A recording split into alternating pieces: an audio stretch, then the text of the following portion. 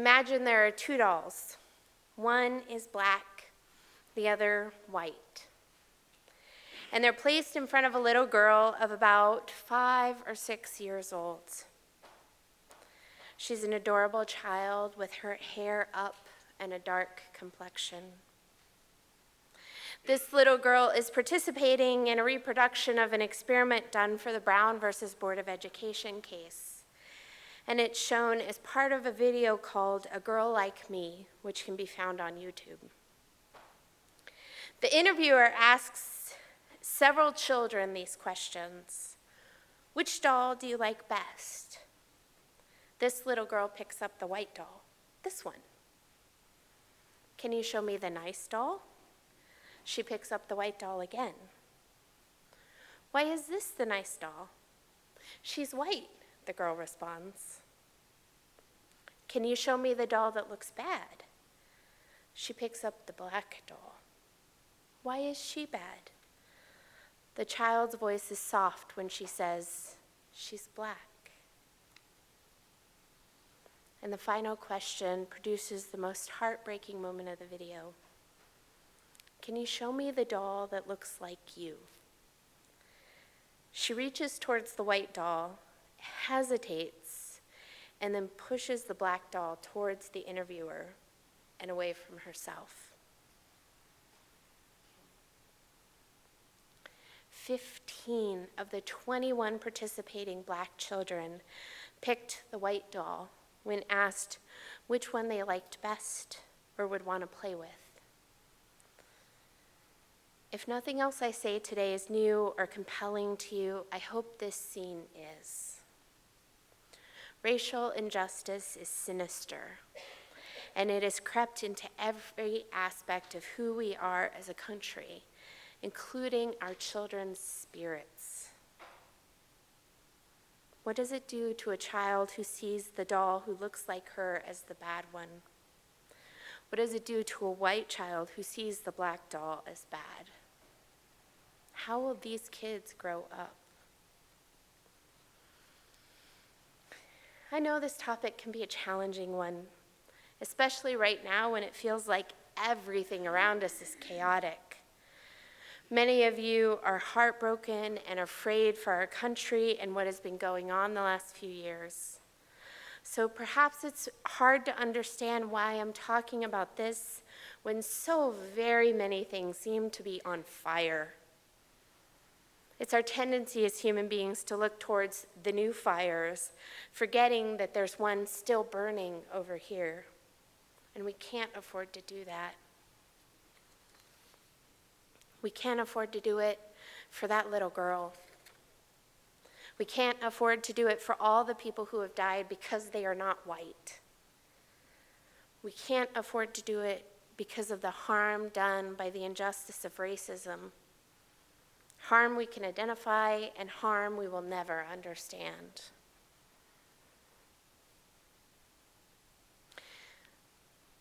As some of you know, I grew up in Topeka, Kansas. And when I went to elementary school, there were 2 children of color in the entire school, and they were brother and sister. So growing up, I learned about racism and oppression as something in our past.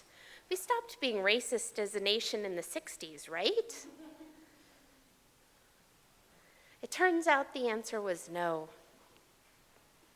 I didn't learn that until college. Kid you not. We hadn't really ended Jim Crow laws. We just changed them. We made it harder to see them and made them more acceptable. Racism still existed in many forms. In racism codified into our laws and justice system, in racism that can result in lost jobs, educational and other opportunities, in the racism that tells us that when an unarmed black person is shot, he should have listened or not been playing with a fake gun or not been doing. There are far too many blanks to fill in. And there is so much more out there than the racism that many of us think of today, that person with the mask who uses the N-word. our very criminal justice system is being used as social control for racial minorities. Rather than having eliminated the cruel practices of the Jim Crow era in the 60s, we have adapted them. We started to see this really happening strongly in the 80s, when Reagan initiated the war on drugs and started talking about welfare queens and food stamp freeloaders. When the war on drugs started, less than 2% of the American public thought drugs were the most important issue facing them at the time. In fact, at the time, illegal drug use was declining. So declaring a drug war resulted in a massive increase in drug enforcement spending and a corresponding drastic reduction in treatment, prevention, and education funding. Yes, even education funding, and I know all of you remember Just Say No. Mandatory minimums were mandated for the first time for nonviolent drug offenses. And since the beginning of the war on drugs, the federal government has offered states and local law enforcement money to make drug arrests, like financial incentives. The more arrests you make, the more money you get. Every administration since then has offered these financial incentives, including President Obama, who increased those funds. By 1989, when President Bush declared drug use as the most pressing problem facing the nation, 64% of those polled agreed. But the change in opinion didn't match any actual increase in drug activity. Then the Clinton administration instituted the 3 strikes and you're out laws, which ballooned the prison population more than any other president in history. It was during the Clinton years we also added legislation that created lifetime bans on welfare, food stamps, public housing eligibility for anyone convicted of a felony drug offense, including simple possession of marijuana. And then we cut public housing funding by $17 billion while increasing prison spending by $19 billion. But here's where I can offer you a little bit of hope. We've started to notice. Over the last several years, racism and the criminal justice system have become part of the national conversation. The tragic side of that is that as a nation, we've only started to notice because of what is happening as a result of the destruction being caused. 3 days from now would have been Trayvon Martin's 25th birthday. Many of you remember the story of Trayvon, who was 17 years old when he was shot by George Zimmerman. He was walking home that night with Skittles and iced tea. And if he had been a white teen walking through that area on his phone, would Zimmerman have felt compelled to follow him? Would he have said, "These punks always get away"? Would Trayvon be celebrating his birthday this week? George Zimmerman decided that Trayvon Martin was a criminal, that the teenager was a danger. And this label is one often experienced by young black men in this country, both in and out of our criminal justice system. Black folks find they are followed in stores, discriminated against in job searches and encounters with law enforcement, to the point that black parents or parents of black children carefully teach their kids how to behave when stopped by a police officer, because statistics tell us it will happen frequently. It's vital that we understand that parents of white children and parents of black children have fundamentally different fears for their children, as well as fundamentally different experiences of raising them. As Unitarian Universalists, We are called to create a world of justice, equity, and compassion in human relations. In order to do that, all of us, not just people of color, have to realize that the experiences of white and black folks are essentially two different Americas. So how do we do this? As humans, we're hardwired to believe our own experiences of the world around us. To challenge our perceptions, we have to seek out facts as well as the experiences of others. Craig Futterman, a law professor at the University of Chicago, reports how shocking it was to get a glimpse into how other people experience the world, how black folks experience the world, when he went on a ride along with the Chicago police. He says, every time we drove into a public housing project and stopped the car, every young black man in the area would almost reflexively place his hands up against the car and spread his legs to be searched. And the officers would search them. The officers would get back in the car and stop in another project, and it would happen again. I couldn't believe it. It just seemed so normal for the police and the young men.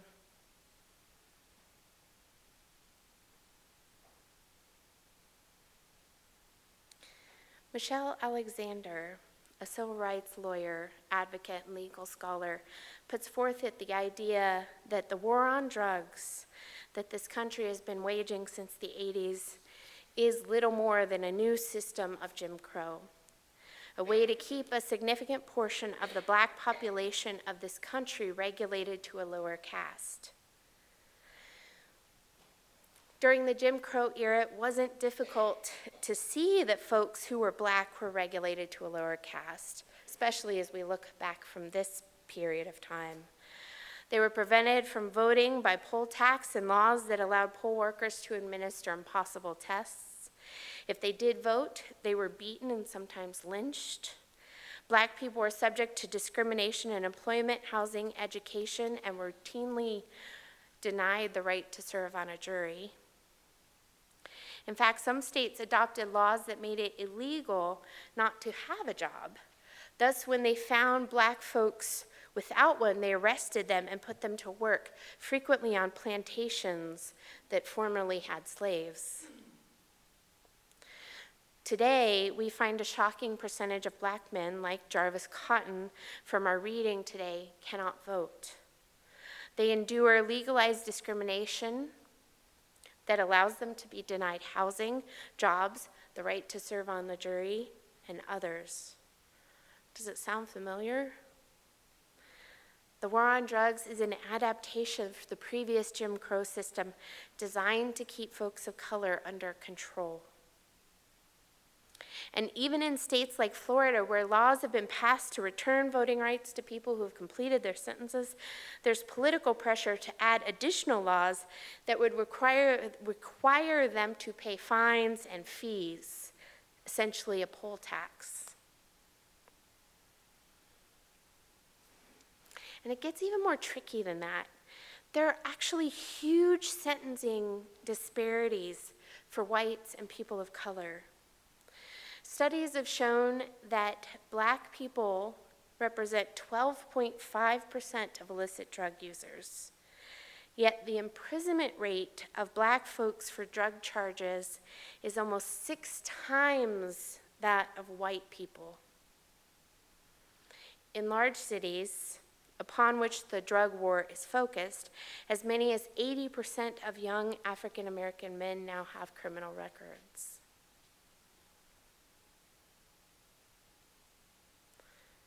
So what leads to such dramatic differences in incarceration rates? Michelle Alexander points out there are a series of cases that ended up in the Supreme Court and supported or created a system that not only allowed discriminatory practices, but took away individual rights to fight against them in the court system. Florida versus Bostick was a case where police officers stopped a Greyhound bus and searched it, looking for drugs. Terrence Bostic was asleep when they woke him. They showed him badges and a gun and asked him for identification. He provided it. And when they asked to search his bag, he allowed it, which resulted in his arrest. He was carrying cocaine. The Supreme Court decided that a reasonable person would have known that they didn't have to consent to the search. Therefore, it didn't violate the Fourth Amendment prohibition against unreasonable search and seizure. I don't know about you, but faced with a gun, I'm likely to allow people to search my stuff. Police are also given a broad range of discretion about who to pull over and when, even for a minor traffic violation. In many situations, officers can then ask for permission to search, and if it is granted, they can search a car for drugs when the encounter started with someone who didn't use a turn signal. There have been cases where police officers will use drug dogs and teach them to do false alerts, and then that gives them an excuse to search for drugs even without permission. Alexander provides a preponderance of evidence that shows us African Americans are several times more likely to be pulled over and end up arrested for having drugs. Once in the system, they are more likely than white people arrested for the same crime to end up in jail or on probation. So African Americans with drug offenses are treated more harshly through our criminal justice system. What has changed since the collapse of Jim Crow has less to do with the basic structure of our society than the language we use to justify it. In our era of colorblind law, it is no longer socially permissible to use race as a justification for discrimination, exclusion, and social contempt. So we don't. But we use our criminal justice system to label people of color as criminals and then engage in those same practices. Iris Marion Young, a theorist, uses the metaphor of the birdcage. If one thinks about racism by examining one wire of the cage or one form of disadvantage, it's difficult to understand how and why the bird is trapped. Only a large number of wires arranged in a specific way and connected to one another serve to enclose the bird and ensure it cannot escape. My friends, we have to pay attention to this fire. Efforts have been made to label folks of color as criminals because it's so easy for us to fall into a punishment mindset as a society. Well, if you can't do the time, don't do the crime, or, well, we can't believe them, they're criminals, or, well, maybe they deserved it. If they had only done A, B, and C, it wouldn't have happened. We support preventing felons from having access to resources like food stamps, housing, and voting rights, except how can someone change their lives without support? It is so much easier to stand on the side of those we see as innocent. But our faith has never called us to do easy things. So what do? Should we try to stop the war on drugs? Any system, Alexander says, that shames and blames its most vulnerable, affixes badges of dishonor upon them at young ages, and then regulates them to permanent second-class status for life must no longer be acceptable to fair-minded people. So how? If we're truly to believe in the inherent worth and dignity for every human being, we have to dig deeply into the reality around us. We have to start by realizing we're not in a colorblind post-racial society. The racial caste system in the United States ripples across our institutions and communities. So I encourage you to do the research. Read Michelle Alexander's book, The New Jim Crow, as well as some of her more recent writings. Read Between the World and Me. Read Just Mercy. Go to the movie with us later today or on your own. Challenge your own assumptions around this issue. Talk to others. Read perspectives, read people's blogs, make friends, write letters, join groups working to end cash bail and to reform the criminal justice system. Support the ACLU. Speak out for those who cannot speak for themselves. Ending this system will require changing policies, but it will also require changing hearts. My beloved spiritual companions, it is not easy to hear other stories, to decide to stand, to tell your own story and risk everything. This is what we have to offer Trayvon Martin, ourselves, and any person targeted because of the color of their skin. We have the ability to work towards a world where walking down a street in a hoodie doesn't make a young black man suspicious, where a little girl can proudly identify with the doll who has the skin color that's the same as hers. May it be so.